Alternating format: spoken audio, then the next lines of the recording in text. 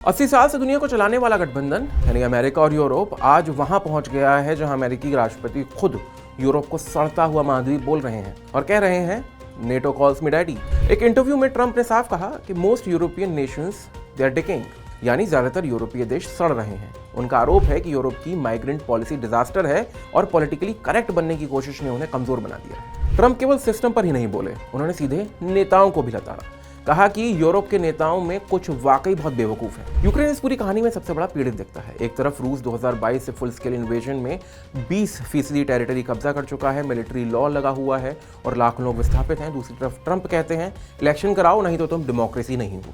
उन्होंने कहा they are using war not to hold an election, it gets to a point where it's not a democracy anymore. जबकि Ukrainian कानूनों के मुताबिक martial law के दौरान इलेक्शन हो ही नहीं सकते। ज़ेलेंस्की ने साफ कहा है कि हमारे कॉन्स्टिट्यूशन और अंतर्राष्ट्रीय कानून के तहत हम लीगल और मॉरली टेरिटरी नहीं छोड़ सकते हैं और ये फैसला किसी फॉरेन कैपिटल में नहीं, कीव और यूक्रेनियन जनता तय करेगी। जिसके जवाब में यूरोप भी चुप नहीं बैठा। कुछ रिपोर्ट्स बताती हैं कि यूरोपीय देश अब 5 से 10 साल में डिफेंस के मामले में यूएस पर डिपेंडेंसी कम करने की प्लानिंग कर रहे हैं, मिलिट्री स्पेंडिंग बढ़ा रहे हैं, अपनी एयरफोर्स और लॉन्ग रेंज स्ट्राइक कैपेबिलिटी बनाने की बात कर रहे हैं ताकि अगर कल यूएस हाथ खींच ले तो पूरी तरह एक्सपोज न रह जाए। लेकिन चैलेंज भी है कि अभी भी नेटो बजट का बड़ा हिस्सा अमेरिकी पैसे से चलता है। यूरोप की सेनाओं को यूएस लॉजिस्टिक्स, सैटेलाइट, इंटेलिजेंस और न्यूक्लियर अम्ब्रेला पर भारी निर्भरता है।